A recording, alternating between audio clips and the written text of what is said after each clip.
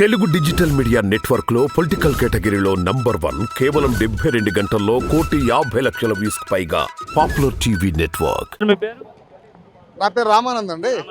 Vizag sir. Vizag అండి. వైజాగ్ ఎలా ఉంది డెవలప్మెంట్? వైజాగ్ డెవలప్మెంట్ బ్రహ్మాండంగా ఉందండి. ఈ 5 సంవత్సరాలు బ్రహ్మాండంగా ఉంది. ఎలా సార్ ఇప్పుడు విశాఖపట్నం ఎంపీ ఎలక్షన్స్ సంబంధించి ఎవరు ఎంపీకి గెలవబోతుంది? వైసీపీ అభ్యర్థి, టీడీపీ అభ్యర్థి? అంటే వైసీపీ తరఫున బొత్స ఝాన్సీ గారు పోటీ చేస్తున్నారు, టీడీపీ తరఫున భరత్ గారు పోటీ చేస్తున్నారు. అంటే టీడీపీ, జనసేన, బీజేపీ కూటమి నుండి పోటీ చేస్తున్నారు. అవునండి, ఖచ్చితంగా కూడా బొత్స ఝాన్సీ గారు గెలుస్తారండి. ఎందుకంటే ఆవిడకి బ్రహ్మాండమైన ఎక్స్పీరియన్స్ ఉంది. అందులో మా ఇంటి ఆడపడుచు ఆవిడ, మా ఊర్లో పుట్టి పెరిగిన ఆవిడ, ఇక్కడే చదువుకున్న ఆవిడ, డాబా గారితో చదువుకున్నది, కమలా నెహ్రూ బాలికొండ పాఠశాలను చదువుకున్నారు ఆవిడ. అలాగే ఇక్కడ నుంచి అక్కడికి వెళ్ళింది తప్పించి ఆవిడ మా ఇంటి ఆడబిడ్డే. డెఫినెట్గా విశాఖపట్నం ప్రజలు ఆవిడని ఆదరిస్తారు. అలా కాకుండా ఆవిడ బెస్ట్ పార్లమెంటరీగా 2 సార్లు కూడా ఆవిడ ఎంపిక అవడం జరిగింది.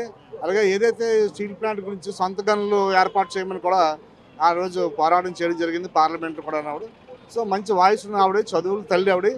ఈరోజు చదువుకుంటుంది, పిహెచ్డీలు చేసి లా పట్టా పొంది ఒక పక్క ఈరోజు కూడా చదువుతూ ఆవిడకి ఉన్న డిటర్మినేషన్, కమిట్మెంట్ కూడా ఎవరికి లేదు విశాఖపట్నంలోని.